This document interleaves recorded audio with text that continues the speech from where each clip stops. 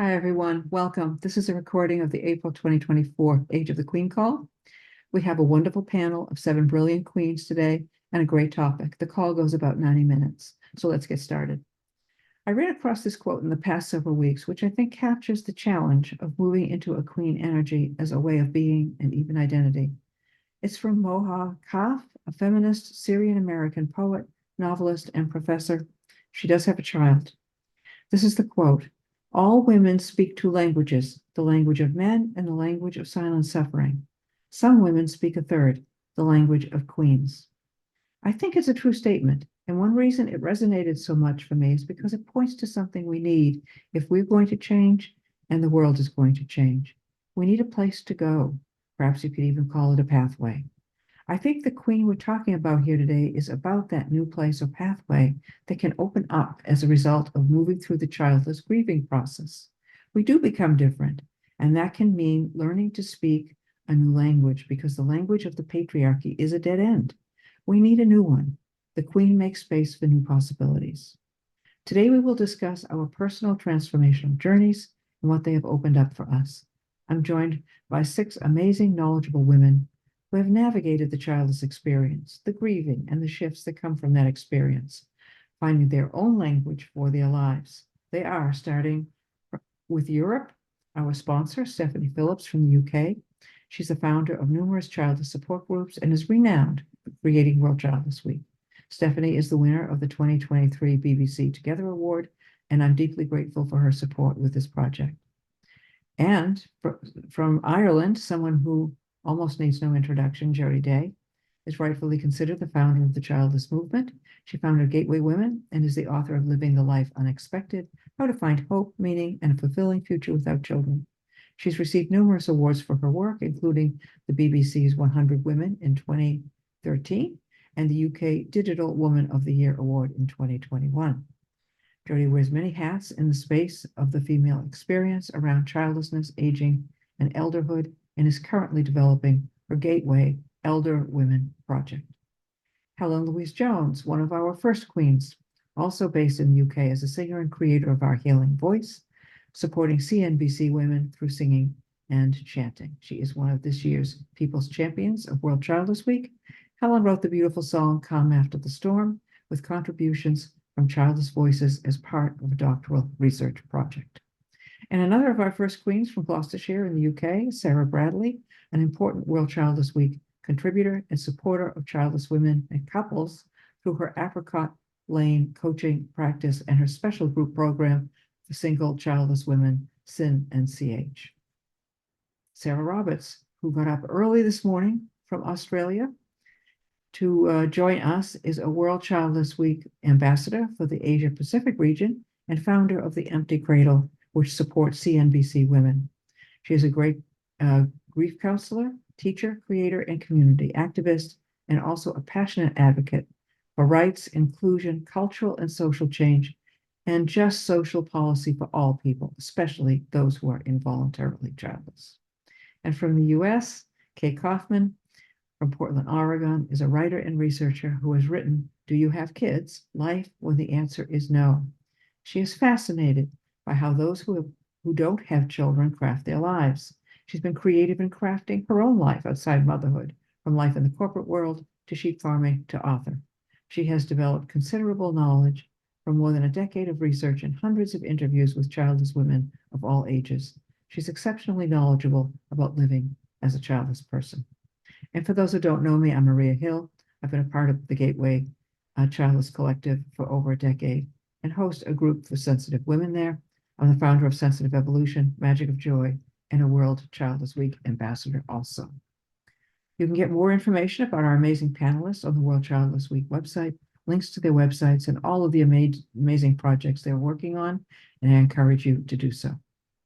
So today's topic is, what have you discovered about yourself that you would not have known without the childless journey? And we'll start by talking about the journey itself. So becoming who we are usually begins before we discover we will be childless. For context, our first question is, what was your initial vision for your life? Was it supported by your family? What happened when you became childless? How did your vision and the support you received changed? So we will get started with this topic. Our first panelist speaking is Sarah Bradley, and we will go right to her conversation now. I had a vision as well of extended family. I'd grown up with lots and lots of cousins and extended family. So although I've only got one sibling, I thought that my children would grow up with her children, and we'd have that sort of big family network. Above all, I kind of thought, and I still do, I would have been a really good mum. I knew I was going to be a brilliant mum, and I still know that now. And I used to say that with a lot of sadness, and it's still tinged with sadness, but it hasn't changed. My view of that hasn't changed.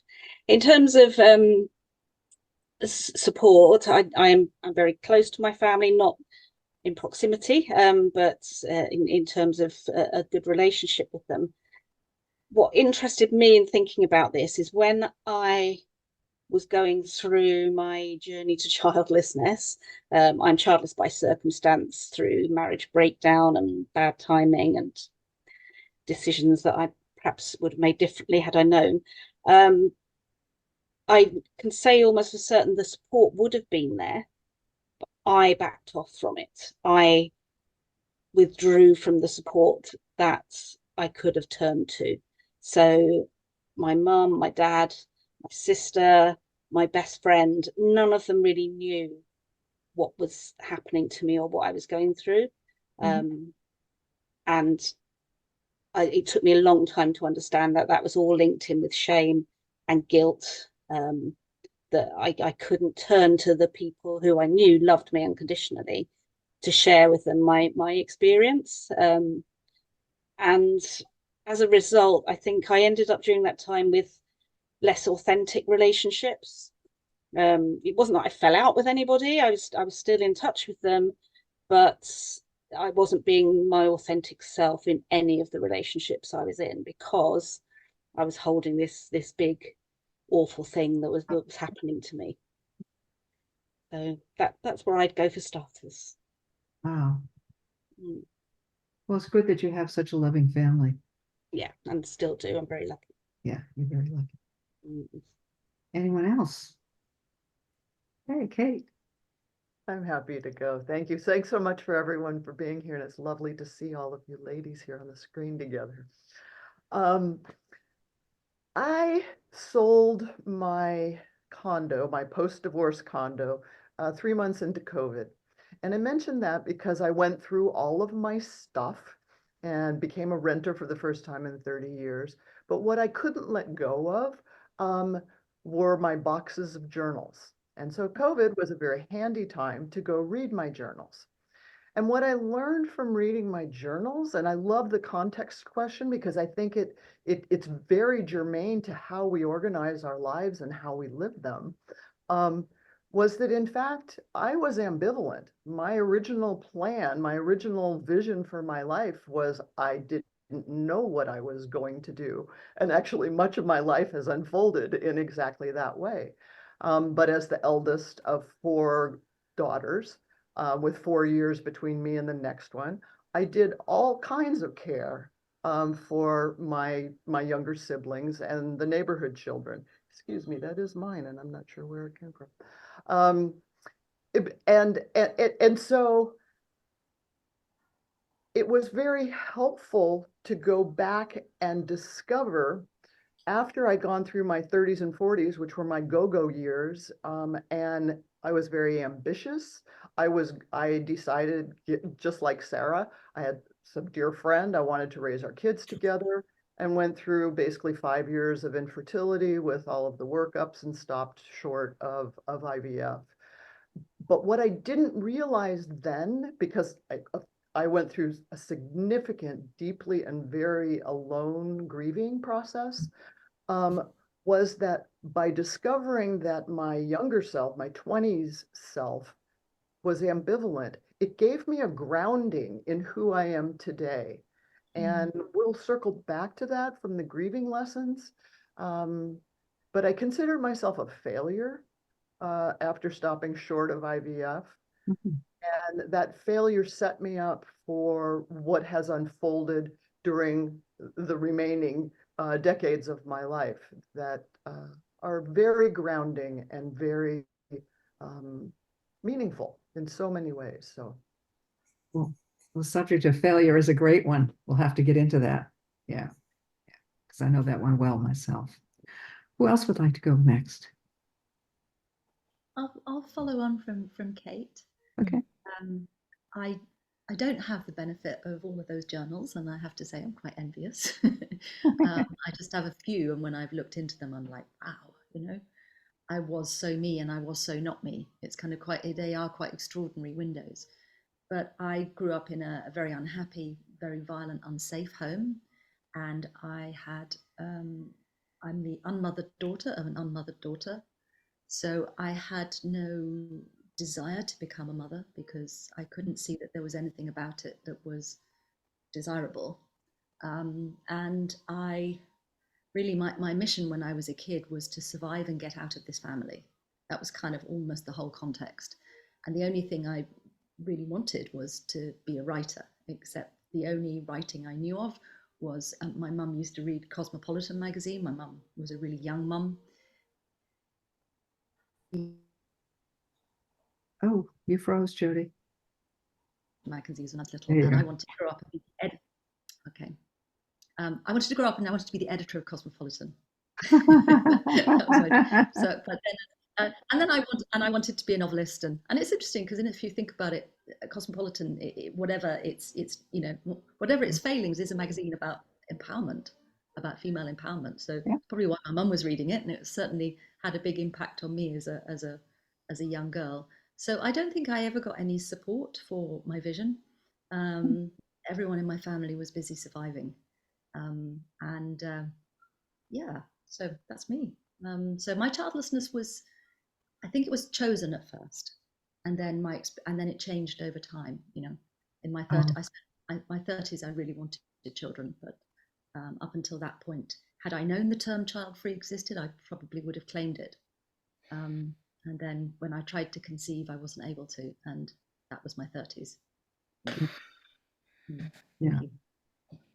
Okay. Who else would like to talk? Oh, Helen, you said you wanted to talk. Yeah, really weird. I've just had a flash when you said Cosmopolitan, Jodie. Okay, so this really links into my story. I was only 18 when I was told I might not be able to have children. I probably highly unlikely. So up until that point, I mean, you're kind of a kid, aren't you? Even though you think you're not. But I always had a bit of a vision of, I don't know if anyone used to read Millie Molly Mandy with the roses, with the cottage with the rose. Yeah, with the roses. Yeah, cottage, roses round the door. A very childlike image of what I would be as an adult. I would be a mother with 2 or 3 children in a white cottage in a field with cows and sheep and roses around, that kind of thing. And that was kind of not something I thought about when I was a teenager particularly, but I even had those images probably when I was about 8 or 9. I just had that image. And so, my parents were married when they were 22, 23, which back then, 22, 23 in the 60s wasn't like 22, 23 now. And I think that they had journeys that basically they didn't even really think about anything other than, okay, this is just what happens and you just go with it. It's what everyone else was doing back then. And so it was just assumed that that's what happened. It wasn't even questioned. I mean, I was born in 66. So I left school in 80. I got into high school in 79. So I'm just a bit behind you, Jodie. It was just, careers was either be a secretary or a nanny or a hairdresser or work in Tesco's, or only the elite went to college. No one thought about going to university. For what? Unless you're going to be a doctor. Why would you go? So, yeah. Did I have support with that? It wasn't anything. Nothing was mentioned. It wasn't, support wasn't a word that we knew, careers advice is as big as it got. So I went into like hairdressing because I just thought, great, I can leave home. And, I didn't know the hairdresser didn't make much money. So anyway, when this happened to me, it was so shocking to me. I had endometriosis, but that was kind of like a word that was buried in this diagnosis, and basically I was rushed into hospital at the age of 17, 18. They thought I had an ectopic pregnancy. I had been bleeding very, very heavily since I was 14. My parents did take me to a doctor, and I think the most of that conversation was sitting there. We've been having a chat about it, and we think perhaps you should see a doctor. Like a big revelation, you know. And I was like, well, yeah. I was a bit attitude. I was always on the pill at 15, you know, because I had a boyfriend, you know, I was a bit of a rebel. But then it all came kind of crashing down. And afterwards, nothing honestly was really mentioned. And when I got this diagnosis, I was with a boyfriend of mine. My parents were not involved at all, but I did go back to my mother and said, you know, like, you know, what do you think I should do? And she said, well, you don't want to have a baby now, do you? You're only 18. As if to say, well, if you do go back, you'll probably end up with a baby. And that's so I was just like left. So I didn't have any support, to be honest with you. I didn't have support from the people that I wanted support from, but I did have a couple. There was a woman who worked in the hairdressers who'd had a hysterectomy at 25. She sat me down and really gave me a good talking to about going in and, you know, demanding some help or demanding anything. There was no information. It was like, this is what we think it is. Go away, never come back. There's nothing more Wow. to say. So I lived my young life, if I look back now, in fear. And Jodie, I used to read Cosmopolitan. And I can remember, this has just come back to me out of nowhere. You know, the problem pages, scanning the problem pages constantly for somebody that might have a situation like mine. And there was never anything. And then I graduated to Marie Claire because I thought maybe I needed a better magazine. But that's just occurred to me. I'd forgotten that I did that.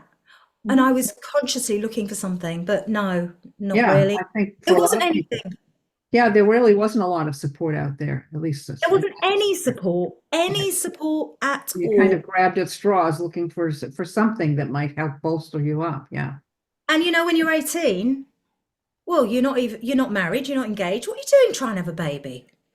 I mean, what was I supposed to do? There was nothing to be done apart from, you know, get a better hot water bottle and more sanitary towels. I know that sounds really awful, but that really was it, you know. So yeah, I didn't have any support at all. I just had to fight my way through on my own, and you know, when I got to like 19, 20, I thought, oh great. So I put a ring on my finger, pretended I was engaged, and just sat down and demanded that I had some investigation done. Cool. That was it. That was it. We have two more people, Sarah and Stephanie. Either of you want to go next? Sure. Okay. I can Sarah. go next. Goodness, it's so amazing hearing different women's stories, because we're so diverse, right? And telling our stories, unpacking our stories, retelling our stories offers such different ways of processing and different pivot points and perspectives as we continue to process our experience of childlessness. So thank you, Maria, for inviting me to be part of this webinar. Look, my story's slightly different in that I resonated with some of you in that I didn't have a clear vision for my life at all. And in my younger years, I had no idea what I wanted. And I kept looking and I thought that I would find it. And for me, I had three older siblings who, for all three of them, it was absolutely clear what they wanted to do from a really young age. And so I thought I was abnormal. And I actually remember when I actually got out in the world and spoke to people about it, I realized that I was very common, that it wasn't always clear exactly what we wanted in our lives. And look, my story is a little bit of an intergenerational story in that I'm one of six kids, and have four sisters, and that my mum was her background in nursing was that when she married and had children, she had to give up work, and so she wasn't actually allowed to continue working. So she was of the generation where, for her, she actually spent 20 years at home mothering, and had deep ambitions within her that she later went back to university in her mid-40s and worked in domestic violence and was an activist for women priests in the church. And so she really raised us with a value around that education and career and independence was a really high priority value in my family. And so, to be really honest, motherhood actually wasn't even really talked about. It was kind of this thing that we were kind of, in a way, I think as well, because of that changing generational shift, like there was just not a frame of reference or even a language really to support daughters through like the really changing navigational experience that I think I went through. And then things shifted for me in the I think it was either my late teens or early 20s. I can't remember. I think it might have been my late teens. I had a pregnancy scare, and like there's a lot of shame around that in terms of, being in that position, I guess. But I think it's really important for us to talk about those experiences, particularly as young women. And at the time, I know that for those 2 weeks, it was a really embodied experience, wondering whether or not I was pregnant. And during that time, for me, the archetype of motherhood landed really deeply. Like I just knew at that point, late teens, that motherhood was absolutely a part of my future. I had no idea when, how. It was absolutely resonated with what you said, Helen, around that sense of not doing it too young, but and preferably for me, with a partner. And then kind of this weird thing happened it's interesting to unpack, where I realized it was important, and then it was almost like I kind of fell asleep to it a little bit. Like it was then for the next decade or so. And what I realized is it was so significant, it actually kind of became part of the landscape of my life, almost the way that, for a fish, water is part of the landscape. It was just like the trajectory of my life through my 20s was that I knew that, probably into my 30s, that motherhood would be part of that future. And so I think because I was so confident that it was going to happen, I think I don't know that I did as much around really consciously thinking and planning to make that happen, I guess. And then in my early 30s, I had the opportunity to try for children. Yeah, probably mid 30s, actually it was, when I started to try for children. And even though I'm childless now, there's still a really significant part of me that identifies with the archetype of mother. And so I actually feel like I really carry all these different parts of myself. And I guess in terms of support, it felt like there really wasn't a frame of reference or skills or resources to really kind of, for me to understand, first of all, what I was experiencing when childlessness landed for me in my mid 40s, or the opportunity to kind of almost be guided through making sense of my experience. So I think that's kind of my story a little bit in a snapshot. Yeah. Oh, So thank you. Stephanie. Yeah, it's really interesting to hear. And like you say, there's similarities where we overlap, but there's also areas where we're completely different.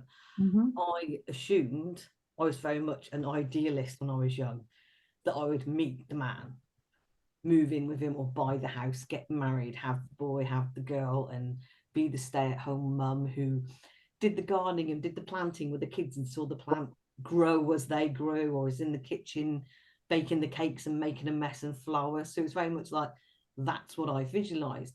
And I think I visualized it because when I grew up, we'd all get together as a family quite often throughout the summer to go to the beach or to go for the family picnics.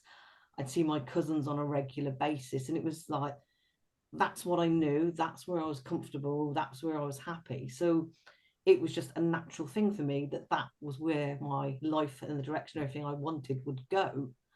And then obviously it didn't, and I didn't meet my husband to be until my early 30s. We didn't try to conceive until my late 30s, and then by that time fertility became an issue because of age, etc., and it never happened. We never became parents. But as far as family goes, I knew I had that loving, caring family around me. But when I actually found out that we want to have children, I didn't tell anyone because we'd never actually said we're trying to conceive. So to suddenly say to somebody, we were trying to conceive, it's not going to happen, I'm not going to be a parent, was just too much. So I went inwards, and the only person I could speak to was my husband, but he was actually working away a lot of the time then. So we almost, I feel like we fell apart, do you know what I mean? And we grieved almost separately because suddenly this ideal world that I wanted became a real world, and it wasn't the same. So whilst I could have possibly had that support, I didn't reach out for it. And it only really came into play a year after we found out we wouldn't have children. And I'd gone out with my mum, and we were sitting together in a pub, and somebody came in, and I went, oh, I've just got to go up and say congratulations. I've just, she's found out she's pregnant. So I went up to the bar, gave her congratulations, totally happy, no problems. Came back, and my mum just looked at me and said, are you considering having children? And that was it. And it just was like tears, floods. I literally just ran to the ladies' toilets and broke down, because it was like, oh my God, I'm actually facing something I've hidden for so long. And she came in, and it was like talking through the toilet door. Do you know what I mean? It's like, do you want to talk? No, I can't talk. I'll talk to you when we get back home, because she was staying at mine for the night. So we went back into the pub, calmed my face down first, carried on as if nothing had happened, and then told her when I got back. And it was the first time, like I said, it was a year after finding out that it came out. And I remember saying to me, well, what can I do? Do you want me to tell people? Or do you want to tell people? It was like, no, you tell family, you tell everybody. So she let people know. And I, again, just hid sort of myself away, because it was too much to face that reality. Mm-hmm. And the one incident I can remember so clearly is, I think it was in a few weeks or a few months of sort of telling my mum and realizing that family knew, but we weren't actually discussing it openly because it was too much. It was just like there in the background and part of me, but not, confronted. We were at this big family party, and a cousin came up to me. Everyone else had nipped off to the buffet or to the bar, or everywhere else. I was sat by myself. They went, quick, can you just look after the kid for a minute? And dumped this little baby in my arms. And I just remember thinking, shit, what do I do with it? I don't know if I can cope with this. This is too much, having a baby in my arms, because I'd not grown. I've been away from my family in years. My brother's little ones were babies, so I've never had to hold a baby. And it was like panicking, and it was already crying. I was thinking, oh my God, I don't know what to do. And within seconds, although it felt longer, he came back and went, sorry, I didn't know, grabbed the baby and ran away. So I think in the time he'd gone away, his mum had said, she's just found out she can't have children. And so the fact he trusted me was amazing. The fact I panicked was natural. But then for him to almost come and grab the baby, apologize and run away was almost like, okay, I'm maybe not good enough, or I'm not. Do you know what I mean? It just sort of made me go lower again of, okay, perhaps I shouldn't be holding babies because I can't have babies. And there was all that complicated emotion within it. So whilst I've got a family around me that will support me and do support me, at that crucial moment, they weren't there, but that was because of my own doing and my own pulling away. Mm-hmm. So that's really sort of the crux, I think, of, going across that border from being hopeful to finding, no, I'm grieving. Okay. Thank you. I'll just say a few words about my experience. I grew up in a violent family like Jody. And I remember at a very young age knowing that there was something wrong. And I'm the oldest of 5. And I have a sister young, a year and a half, and then I have 3 brothers, a year and a half younger, and then 3 brothers. And by the time I was 6 or 7, I was already expected to take care of them. I know, Kate, you and I have talked about being the oldest, and that might have a big impact on, becoming childless. My family is very misogynistic, and my mother is probably narcissistic, or was. And I just found nothing really particularly attractive about the way she lived her life and her victimhood, which she was invited everyone to join her in. And even before really starting to try to understand that, I always thought I was going to work. I mean, to me, the idea that I wouldn't be a whole person living a whole life was just, what's that? That's nonsense. And so my family went out of its way to prevent me from earning a living. When I went to school, I went to Tufts. I was not allowed to choose my courses. I wasn't allowed any choices at all. And they were very abusive in all sorts of ways. So as soon as I got through college, I left, and I basically parted ways with my family for over a decade and didn't have any contact. And at that point, I recognized that I probably wasn't going to do what I was meant to do until later in life. And so I said to myself, okay, go get skills. Can always use skills. And so I started doing that. And I had worked in my father's nursing homes to pay for my tuition through college. And then I went to work at Children's Hospital in Boston. And then I went and got an MBA because while I was working there, going nights, because the women's world was called the Pink Ghetto. And you either were teaching or nursing, and that was it. At that time in the United States, that's the way it was. And we had just liberalized divorce laws, and a lot of women were being thrown out on the street with their kids, and we didn't have child support for a couple of decades nationally. That took a long time to happen. I was terrified because I really did not go through college and get what I needed to have a career. And here I am in this world that really doesn't want to pay me. And, it was just really a time of great turmoil. I mean, thinking about what I would like to do, I mean, that almost felt like a luxury. And so I did eventually get married, and my now ex has had stepchildren, and that turned into a big mess, and we ended up not having children. I did not talk to my family about it because they were so unsupportive and basically very hostile in so many ways. I mean, I wouldn't do that to myself. That would be like re-injuring myself to talk to them. And my ex, who probably has some narcissistic traits of his own, they say you marry your mother. He's very much in contact with my family, and I'm not going to get into a discussion about, who was the one who caused us not to have children. I'm just not going to even go there. So I do try to stay away from re-injuring myself through my family. And so I pretty much went through the grieving process by myself. And I do think that there are some benefits. I mean, I at least know how to go inside, and listen to myself, and work with that. I mean, that is one benefit from it. But yeah, there really wasn't support early on. And having done so much caring in my early years and supporting my family, then I don't think it was a top priority. I wouldn't say that I set out to become a mother, but I never thought that I wouldn't be. So it's just evolved the way it evolved. So that's my particular story. Okay, so I know this makes a big difference in terms of who we become. And so why don't we jump into the second question is, what did you discover about yourself that helped you become who you are today? And what excites you about that person that you have become or are becoming? Love to hear what you think. Anyone? I'm happy to go first if that Okay, helps. wonderful. Thank you so much. I could absolutely relate to what you said, Maria, around the interiority that comes with when you actually need to go through an experience. It's really, really tough, but there's certain layers of skills that you kind of learn. You almost have to get yourself through it. And look, my answer to that is that when it comes to the grieving process, childlessness absolutely had its way with me. And I don't want for a moment to downplay that being childless by not by choice, can be really, really tough.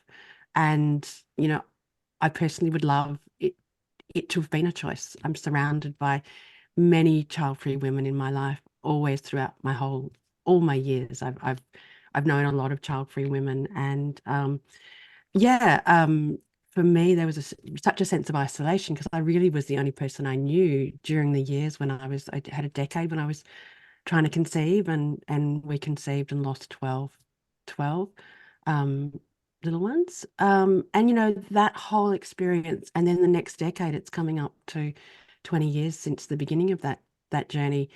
Those 10 years and the first really 3 to 5 years after that was just a deep, dark night of the soul.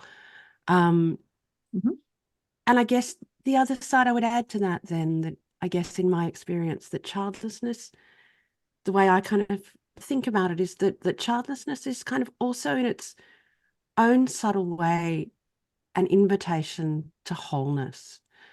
And And what I mean by that is that often we live in a really kind of grief illiterate society, and we often, when the dark feelings come up within us, when complexity arises, often we can really other or push down those parts of us.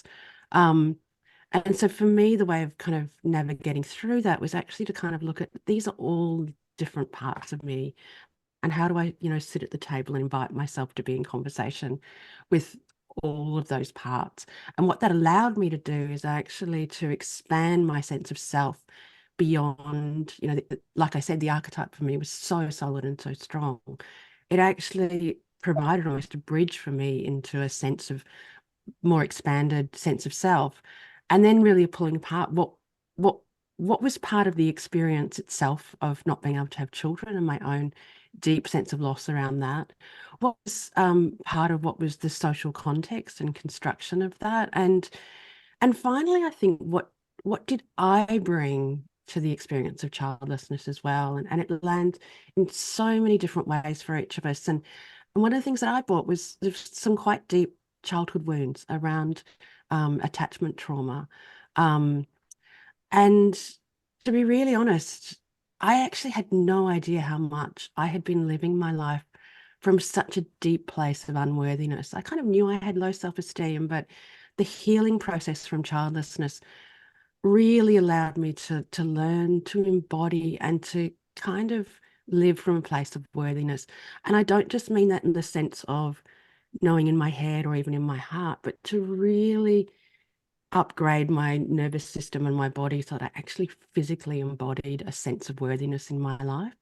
Um, and I guess what I'm excited about in the work is that I'm that's really the core focus of my work now, really, is to actually really to working with some therapy methods and working with other women around, let's really address this. There's the grief and the experience itself, but often that deep unworthiness can come from a place of from younger years. And so how do we as women really learn to actually really heal those wounds? And I think that's something that really excites me in my life now. So Cool. and look, all the other possibilities that come along with it as well. So yeah, and of course meeting gorgeous women like you. So Great. yeah, Thank you so thank much. you. Yeah, worthiness is a big deal. Who would like to go next? Can I continue? Yeah. First of all, Sarah, thank you for that. That was beautiful, and I really dropped into a deeper place listening to you. My childless grief nearly took me out of the running completely.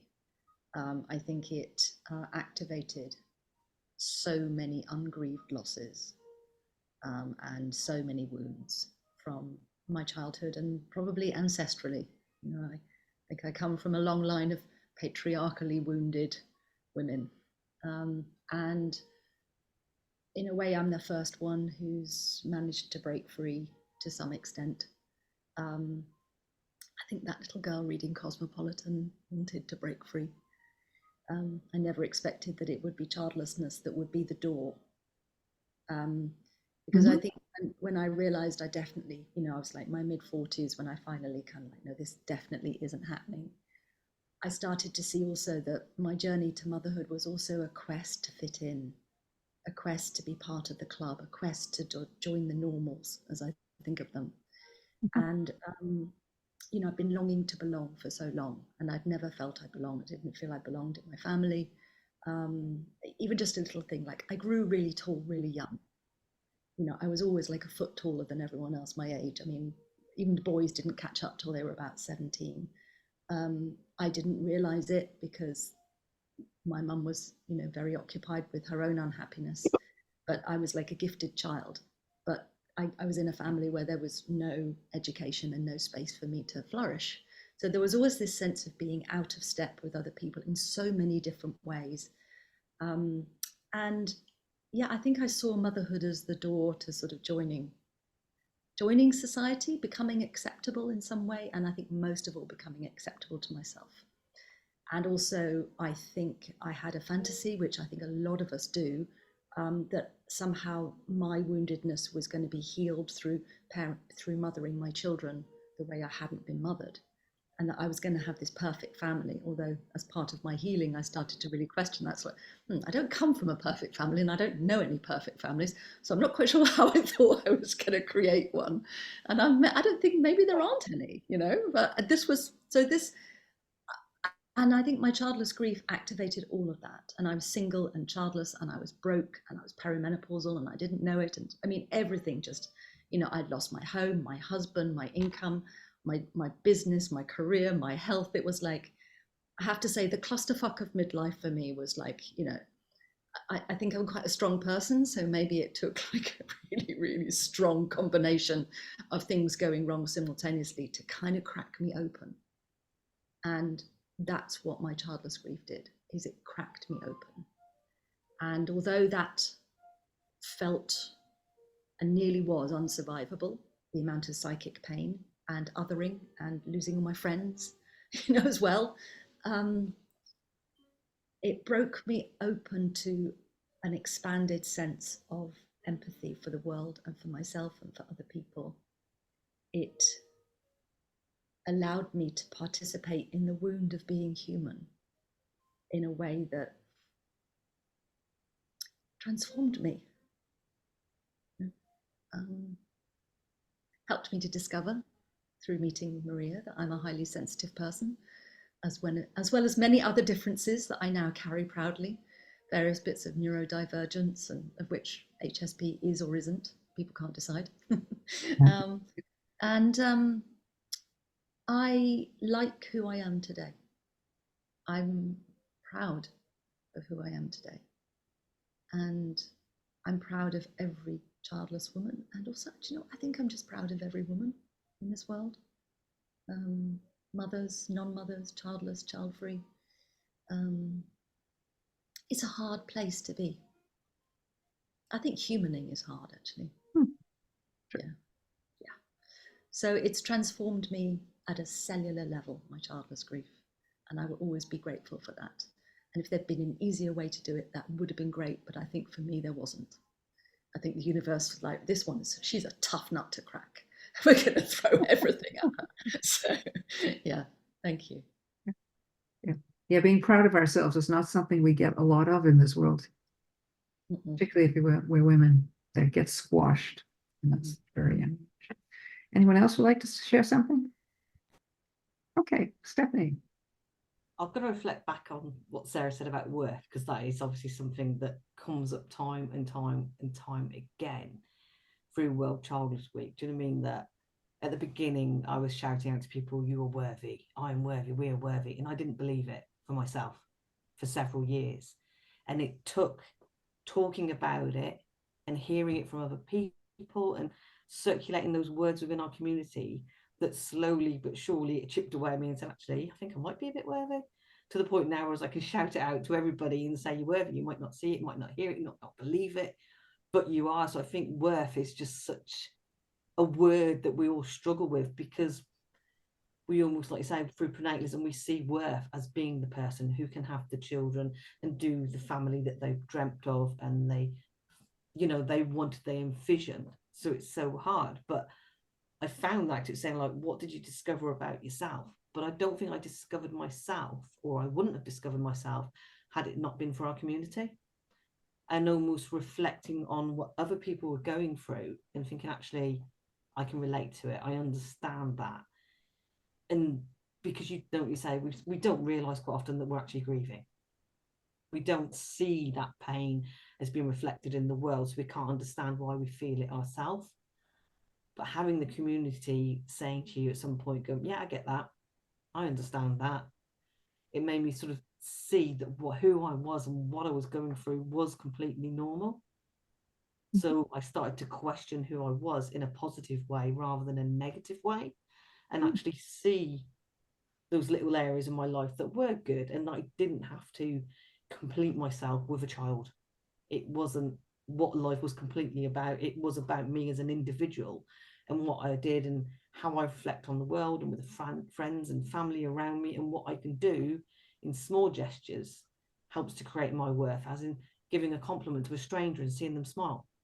And you never know what that chain reaction could do. But so I discovered my worth slowly but surely, but through the help of the community and their reflections. I think that's how I found out who I am now and why I'm confident to speak out. And that is what also the basis of what excites me, is that we're seeing so many people now speaking about being childless, and the fact that there's all these little new ventures starting off, and it's like, oh, that's so good, because as we say, like 5 years ago, 10 years ago and longer, there was so little out there.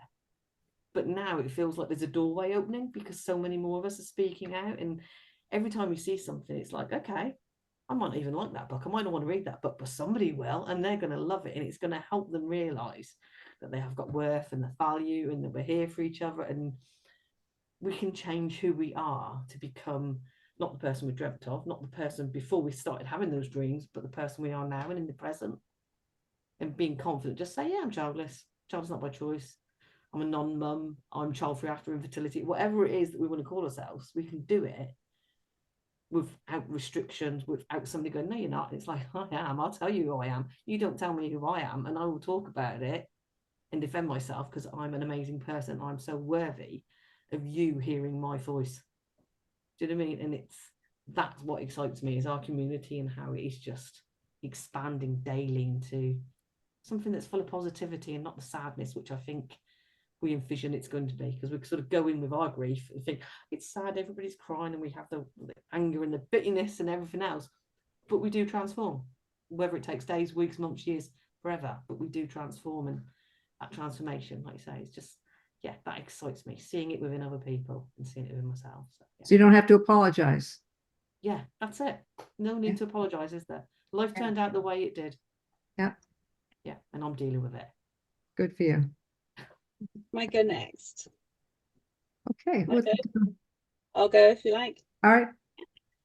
Firstly, this has just made me want to stand up and applaud after everyone's piece, because it's just so lovely to hear everybody speaking with a true voice and saying it out loud. It's lovely to listen to. So I really enjoyed reflecting on this question about what have I discovered, and I tried to sort of look a bit deeper than usual, because the whole thing has been a journey of self-discovery on many levels. So I tried to look a little bit deeper.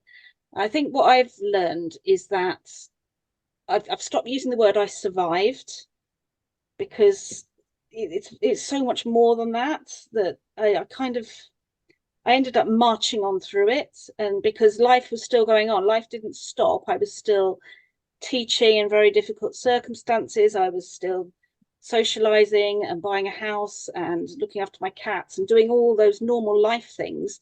All were going on, both when I'd buried the childless grief and when I started processing it, recognizing it first of all, and dealing with it. And there are two things which kind of sit alongside each other with that. And the first is the love and connection of people who are close to me. But more than that, and it's amazing that I say more than that, because you wouldn't think anything would be more than that. But in this context, the support of strangers who get it. And I never knew how important that was before this journey. And that the first person, well, Gateway was the first step. I probably wouldn't even know what was going on without Gateway. And then World Childless Week, and an amazing counsellor who got it, who wasn't childless, but she was just a brilliant counsellor. And all these people who I didn't know, who just helped me march on through it and get it. And who knew that the support of strangers could be so crucial to working out who you are and what you need. So with that support and with the love of the people I'm close to, I just found myself able to make these big, brave choices for myself and by myself. So although I have that support of strangers and the love and support of family, it's all about me, who makes the decisions and does things for me. And I'd never have been able to do that before before this childlessness journey. So, you know, I dropped my career of 30 years and became a coach, did training.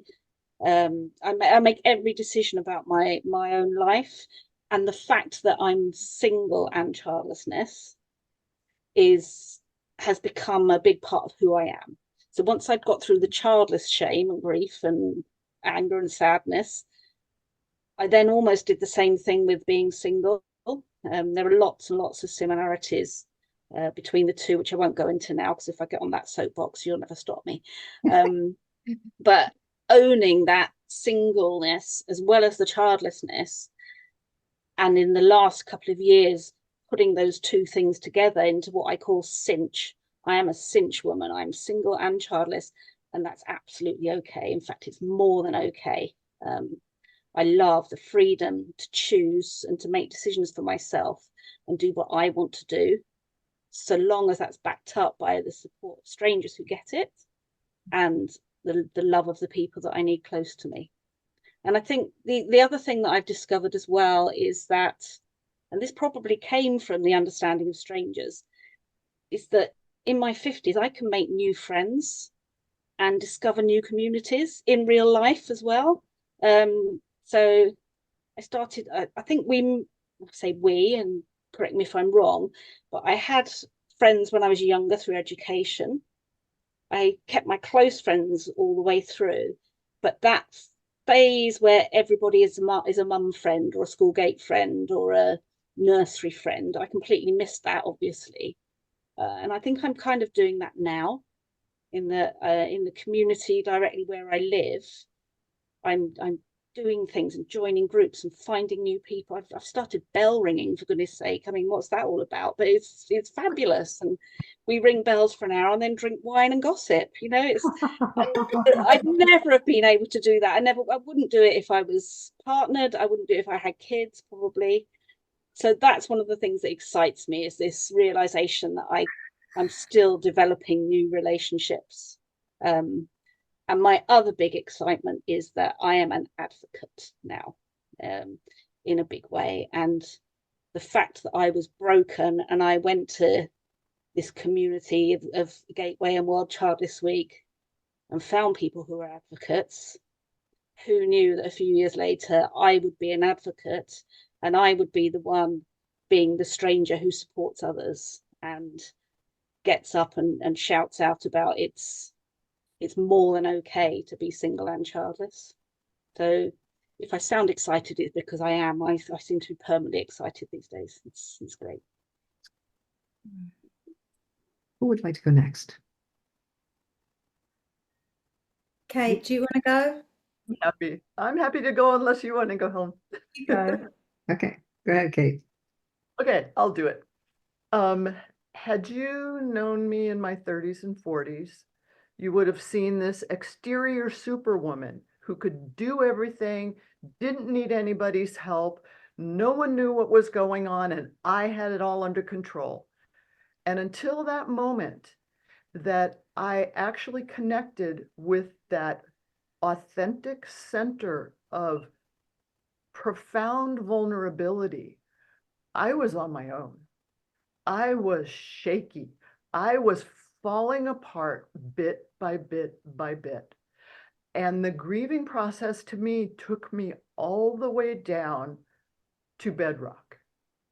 And I had this vision that there was this wall that was built all around me that I couldn't get through. I couldn't see it. I couldn't see beyond it. I didn't know what I was doing. And I made the desperate choice of leaving where I lived, quitting my job, going into designing a whole different way to make a living, moving into a rural area. I didn't know anybody did. I didn't. Having trouble hearing you. Oh, I realized that I knew people who didn't have kids, but I didn't know that I knew those people. And so there was a desperation that I created by moving rurally, only having friends who had kids. It made me different over and over and over again in every arena. And so until I looked around and went, wait a minute, I've got to use these superwoman skills to go create the life that I need to live, but I need other people who already know what this is all about to help show me the path, because I was completely lost. And to do that was about the hardest thing I ever had to do. And it was also the most powerful thing that I was able to do. And I did that today. More of my friends, all of my personal representatives, most everybody that I'm the closest with, who are my family of choice, are people who don't have children. Some of them are child-free, some of them are childless. But the way that I got that was by sticking it up on a wall. I need to know people who don't have kids, and go actually purposefully looking for them and then asking them about their stories. I wasn't ready. I was in no place to be able to tell my own story, but bit by bit, story by story, hearing how other people were organizing their lives, how they were crafting lives that didn't include the mainstream of motherhood. Those, each and every story, they reverberate with me today. And so all the therapy, I think probably all of us have supported the therapy, the profession beyond its wildest dreams. That created the scaffolding for finding some of those, the way to describe what was going on. But it was the stories that went to that bedrock of who I am in the world, who I've always been in the world, but who I didn't know and trust and even like very much. It took the other stories to say, well, where do I fall in here? And little by little to go and add a little bit of my story authentically here and there, and go, what? People, my vulnerability is something that makes me more appealing to other people versus the superwoman. The superwoman is alienating. And I didn't get that. I mean, even I say that now and they're still like, really? Is she really that way? But the gift of the grief and the gift of the not knowing was the ability to knock down the wall that I didn't create. I just simply was sitting behind, suffering. I got to knock down that wall little by little by little, with the help of people coming up with sledgehammers and helping me whack that thing down.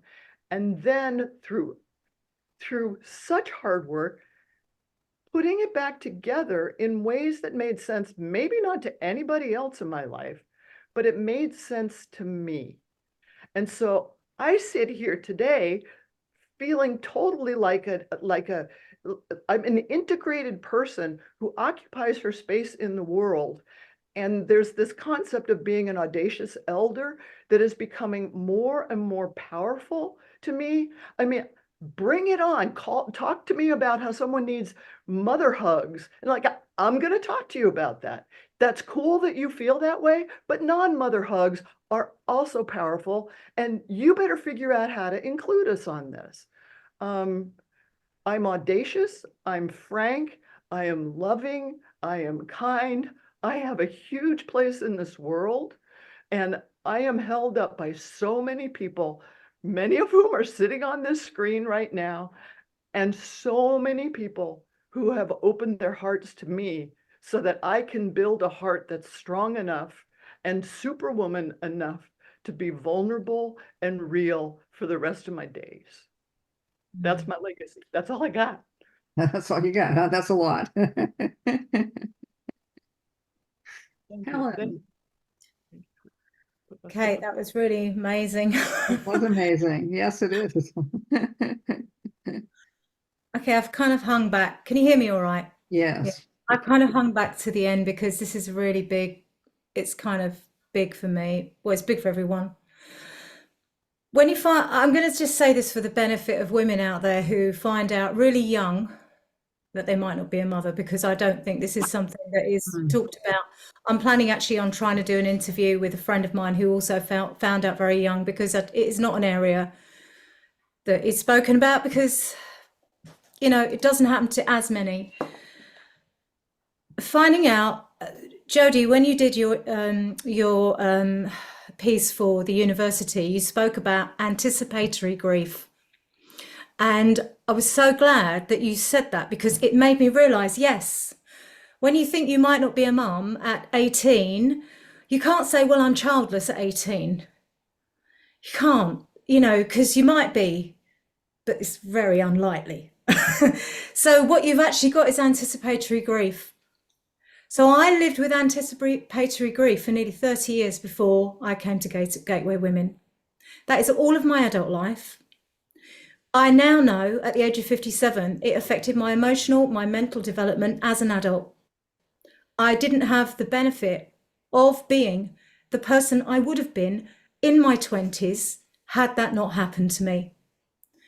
And I was a very creative, fun, talkative person. So what happened to me is definitely for the first 10 years until my late 20s, I used all of those skills as a barrier. And inside, I was absolutely dying. And I was terrified and I was scared. There was no one to help me. What was the thing that was going to help me? There was no support systems anywhere. It was a nothing thing. It wasn't a thing. And so I was suspended. I was also married at 23. I had a stepchild. And then what happened was all the focus went on the stepchild because he was only 3 years old. And, I went through things, and basically I didn't do IVF. I had this whole situation where, should I do IVF? IVF, I don't think would have helped me, to be honest, but I was actually offered. We didn't have much money in those days. We were young, and it was expensive. And all this thing now about IVF, I think people forget that, like, in the 80s and 90s, it was like nearly £10,000 a go. Where were people going to get this kind of money? It just wasn't. So that was, and also it wasn't the big thing that it's made out to be today. I was told even then it's probably about a 23% chance. And they didn't even know that. No one even knew anything. So I fought, I had surgery. I spent all my 20s kind of getting to the point where maybe something else could happen. And then my marriage started to break down.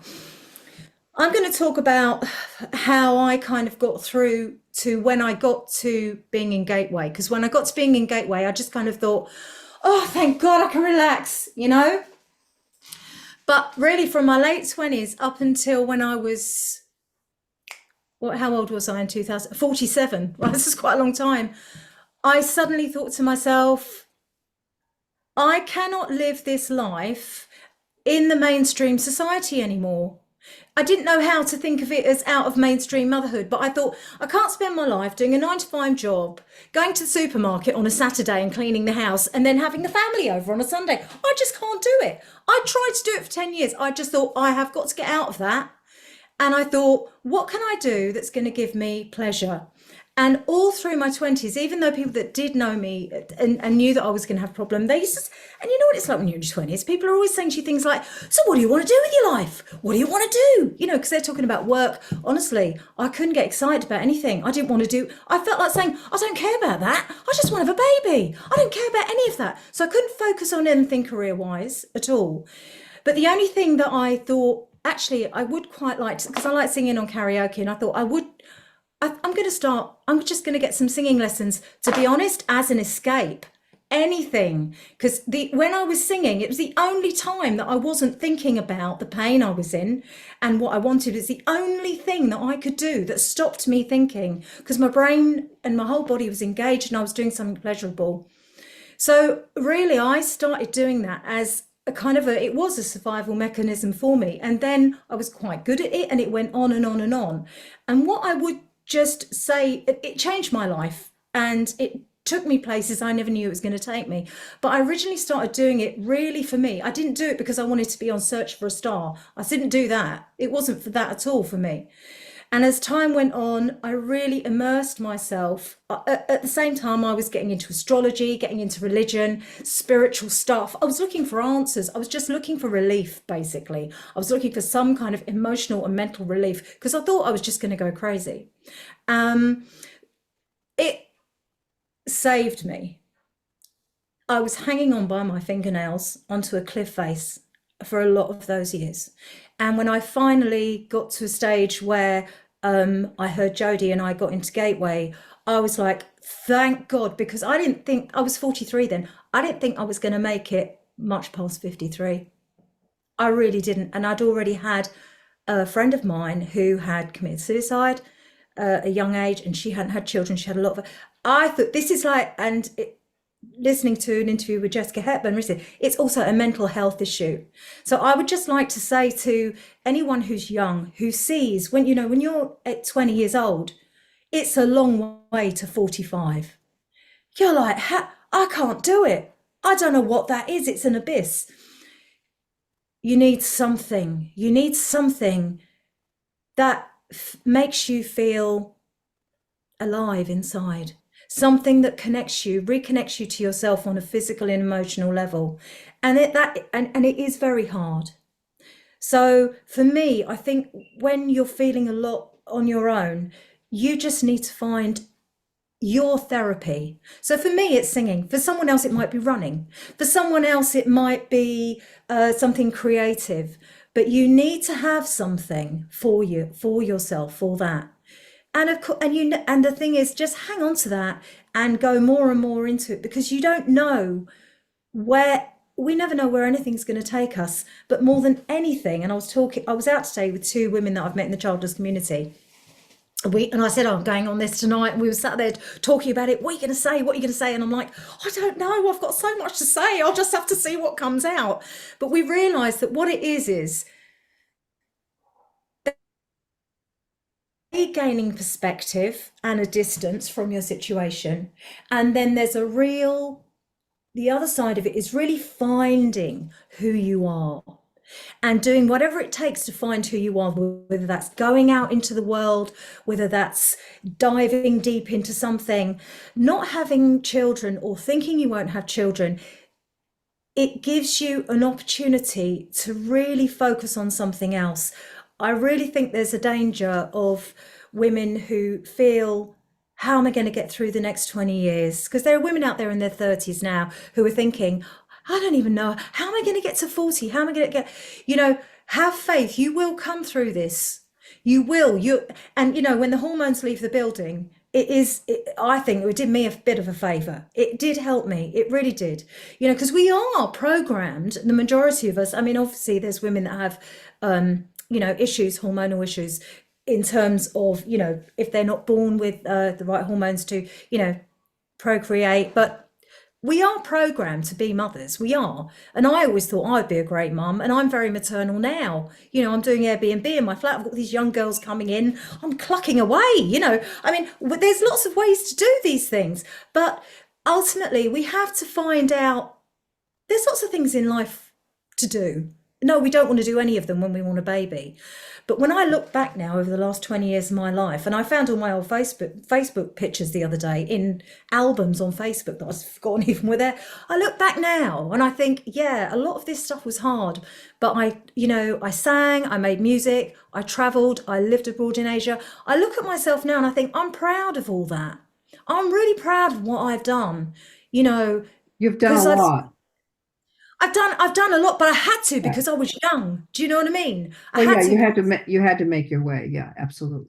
Absolutely. I had to for my own survival. I had to, and if that meant not going and having, people say, oh, you could earn more money if you stayed here and you did this. And I'm like, are you serious? I honestly don't think I would have survived it. I had to take myself out of that. So it's very, very hard. Well, it sounds like you did something very brave and it has worked out for you. And that's a good example for other people. Well, I hope so, because I really would like to kind of women that are younger, there's a lot for women now around kind of midlife, but there are girls that are much younger. And there's just not enough for it. And I was one of those young girls. Yeah. And I wouldn't want to go through it again. Having said that there's a lot more help now, but I think a lot of it is for women like from maybe the late 30s, 40s upwards. So I would just like to say to any young girls out there, your life is still very powerful. Mm-hmm. And you can have a lot of good times. I had some fantastic times, and you need things that lift you out of yourself, and connecting with yourself in a creative way Well, we're kind of out of time, I've got to Oh, tell sorry, you. Maria. No, that's okay. It's all right. No, I think it's important for young women to know that there is hope for them. And that's something that we get a lot of messages of hopelessness, particularly right now in the cultural space. So I think it's important for people to hear that. From my perspective on this, I was so unhappy with my family and what their values were and what they were about. For me, the first thing was trying to make sure I didn't repeat what they were all about. And so I actually understand the idea of running on parallel tracks, because I felt I became one of those superwomen myself, with the little suits, with the shirts and the little rosette ties. And, I did all of that stuff. But at the same time, I had such a deep sense of loss because I really did lose my family. Everything from a human perspective that mattered to me was not mirrored in my family. In fact, it was actually rejected and punished. Compassion, all of that kind of stuff, which, capitalism and the patriarchy don't exactly honor. Those kinds of values just weren't something that there was a place for. So I was doing all the stuff in the world, trying to make it and survive. And there was this part of me that just wasn't getting what it needed. And certainly that, with childlessness, I mean, I feel like I've been in a dark night of the soul for a lot of my life, and I think you can actually function in the world and still have a dark night of the soul going on. And I think we do live in a time that can make it difficult to get out of that because it is such a dark time. So anyway, for me, one of the things that I have done is try to be really diligent about understanding where all of this crap comes from that we're living with. And so investigating culture and cultural systems to understand that has helped me at least come to terms with or understand some of the dynamics so I don't get trapped and I can release myself. It's helped me to see myself as a fair person. I do think fairness matters. And so by understanding both the gifts and the toxicity of the past, I can navigate that. And I think another thing is, I think radical acceptance, I think, is another thing that I particularly value. I had to radically accept that my family was never going to be what I would like it to be. And I also have come to terms with what I perceive to be the absolute barrenness of the patriarchal systems. And as far as I'm concerned, I've basically written them off. And so for me, and when I'm really working well with my queen energy, whenever I get incoming messages from the patriarchy or the authoritarian messaging, it's pretty much dead on arrival. And with that radical acceptance, it acts like a boundary. And so I'm really not letting it in, but I'm not spending my time fighting about it either. So, if that wants to be if that's your stuff, well, we're really not going to be having much of a conversation because basically those messages aren't a conversation anyway. So, it's kind of, I'm done with that. And I focus on what I think is the great possibility of our times as we do go through civilization collapse. I think the great possibility is for us to discover new ways of living that are much more grounded and healthy. And if it includes a white cottage with a white picket fence, that's fine, as long as we're living in a more healthy way. And so that's where my heart is. I think we all deserve better. And there's no reason why we can't have it, except that we have some stubborn people trying to prevent us from having what we all deserve and need. And I think time's up on all that. So I'm focused on helping usher those old ways out so we can have what we deserve.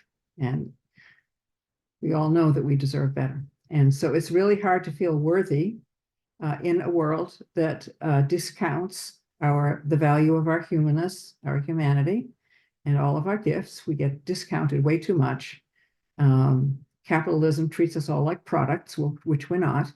And so there is a whole idea about life that is on its way out, needs to be on its way out. It's time for us to bury it. And I am going to do everything in my power to support a world where there is a totally different conversation that rewards all of us and all of our beauty and all of our gifts and all of our humanity. So that's it for me. Do we want to have a quick, go round before we wrap up? Any last words? Would anyone like to go ahead? We've covered such great stories, great information. I just have a couple of words, and it really feeds on. I've been thinking about the things you just shared there about civilizational collapse and changes. And I read something that really stayed with me a few years ago, and it was a quote from an Italian philosopher, Antonio Gramsci, and it says, "We were born into a time of endings." And I do believe that that not just childlessness, but I think profound grief as a way of meeting a limit, our human limits, and discovering that we cannot control them, has the capacity to open us up to appreciating limits, to our agency, to what it can mean to be human, which can help us with menopause, with aging, with death. And we live in a culture that does not want to acknowledge that there are endings. There are limits that we bumping up against ecological limits in a very, very big way. And we're in denial about that. And something my grief has given me is the capacity to sit with endings of all kinds. And the last 6 months of my life, it's been about death. I've had my own mother's death and my mother-in-law's death. I've been with them for both. And I've seen that capacity is really there for me, and that it's actually something really precious that we bring to the world, is the capacity to survive an ending of such a profound nature. And I think that can be our gift also as elders in the world, is to show what it is to kind of survive our own death in a way. And I think we are needed, and it's really important, and it's really, really precious. Yeah, it's really important what you're saying about limits, because capitalism is anti-limits. Absolutely. And it's unhealthy, and it's one of the reasons so many people are sick and struggling. Yeah, And I do think with the queen and the queen energy, I think helps you notice when people are going overboard or not respecting limits in a way that you can't get when you're still inside the patriarchal capitalistic system. No, I never wanted to be a princess. I always wanted to be the queen. So I think I skipped over the patriarchal princess phase. That works. I just want to be the queen. And it wasn't even like the wife of the king. I just wanted to be queen. There you go. Can I just say one more thing that's occurred to me? Is we're all sitting here, to all intents and purposes, talking about the same thing, and yet the difference in our stories and our learning and our current circumstances is just so obvious. We've talked about everything from world peace to Milli Molly Mandy. It's just such a broad spectrum of ideas and experiences. But I've been trying to think of what do we all have in common apart from being childless. And I think what's occurred to me only just in the last 5 minutes is that we've gone past being frightened. That we possibly all had fear, along with a million other emotions, but perhaps fear was there for all of us at some point. And you can correct me if I'm wrong, but I get a sense that we're not frightened anymore, and we don't plan on being frightened again anytime soon. And I think that perhaps comes from the strength of what we've been through. And it's been an absolute joy to sit here with all of you and be part of this tonight. So thank you. Thank you. I think being a childless woman, living my life and all my adult life, going through that journey has shaped me without a doubt. I would be a completely different person. It has made me braver. It has made me into the person I am, and I am a very brave person now. And I know that bravery is as a result of what I've had to deal with. I've had to be resourceful within myself. I've had to search. I've had to go in. I've had to go, people say, oh, did you find yourself in India? It's like, I was practically in myself. It was like, it was like, it's everything. You don't have to do all these things, but you need to search, you need to want to find an answer, and you have to know that there is more in the world than than the function of having a baby. You have to know that there is more. And I think that, because of the patriarchy and because of the pronatalism, yes, it's held up. But let's be honest, mostly it's held up because of capitalism, because of the way that the patriarchy wants the world to continue. When we go deep within ourselves and we really see what our true powers are as women, as human beings, in so many realms. I mean, the vibration or energy between childless women is just something else, I find. Because we don't have all those capitalist blocks in the way that maybe mothers do. In a way, they're still working that system, but we're not in that system. No, We are absolutely true. we're outside of that system, Yep. but we can see it from the outside, and I think that gives us a great inner sense of identity. Yeah. And I think we need to be proud of our identity and what we can glean from that in the knowledge that we do accumulate through going through this process, and obviously, meeting other women. It's extremely powerful. Yeah, and it provides a way for us to get out of a system that's totally unreal in lots of different ways, and to get into a kind of realness that basically childlessness, I think, and the grieving process helps us get to that place. And that's actually a very beautiful place to live from. Anyone else? I'd just quickly add in conclusion that I think we're part of a very long historical human lineage. That's a story that I think has been particularly lost. So, for example, in a lot of ancient cultures, anything that was outside of human control would often be, there would often be a deity or a god. So there'd be a god of war, there'd be a god of death. There was actually also a goddess of fertility. And I think with the Enlightenment, with the move towards human-centeredness, and particularly the medicalization and technology, is that our generation has lost the knowledge, which is actually that human fertility, to a large extent, is outside of human control. And for me, the greatest lesson of childlessness has been around learning to submit to that over which I do not have control. And that has included not just fertility, it has included so many other things. And it's almost, for me, I remember having a dream for 18 months that I woke to, and it was in the void between the end of fertility treatment and me being able to say, I won't be a mother. And that dream was me on the beach, just walking into the sea. And I have this story of, it's almost like life as I knew it up to that point ended. And this now feels like bonus time. It's like I had to go through that significant ending of that life that I thought I was in. And it's now who I've become as a result of that journey. And I think wholeness, integration, that's been really key. So yeah, wishing each of you every blessing as you make sense of that as well. Thank you. Thank you for joining us today. Do you have anything to say, Kate or Stephanie? Quick word? No? I'll add one quick little thing then just at the end, like what I've sort of realized and actually mentioned to people this week in the newsletter is that because of childlessness, I found my voice. And I think as you age, you get more confident to use your voice. But by speaking about being childless, it's given me that freedom to speak about anything and everything. So my childlessness, yes, it instigated that confidence to speak out. But what I like is the fact that I can be me now and speak about everything, and childlessness is just that small part of me. And I'll speak about that, but I'll speak about everything else. So I think if you do find your voice, it just gives you that confidence to be you and not worry about what you're speaking out in general. And it's about all of you as a whole person, not as just a childless person. So yeah, it's embracing us back ourselves. Yeah. That's cool. Well, we certainly needed that.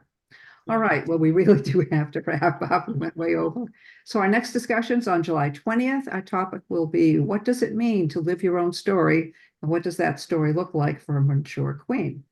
Because women have not been allowed their own stories. So it is a big deal that we're beginning to, and we want to learn more about that. I will have the recording ready soon, and Stephanie will post that on the World Childless Week YouTube channel, so you can listen to it and share it with others And she'll also be putting up information about the July conversation on the World Childless Week website. So go there and register so that you can participate in that one as well. Please continue to support Stephanie as she works her way through chemo. That means a lot. And Jody as she goes through her own personal grieving process in the loss of her mother and the death of her mother-in-law. So I hope you've all enjoyed the conversation. Thank you all to our fabulous panelists for a beautiful, honest, in-deep discussion about this topic. Thank you for sharing your wisdom and all of the people who came here and listened. And I look forward to seeing you again, and take care in the meantime. Thank you all. Thank you. Thank you, Maria. Thank you. Thanks, everyone. Thank you. Yes.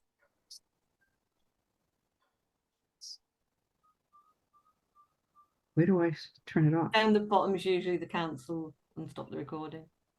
Doesn't have The it. muting.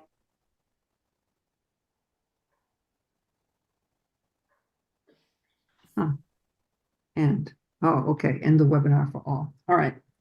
So thank you all for being here. It's been a pleasure talking to you all. You've given us such great insights, and I really appreciate it. So, Thank you.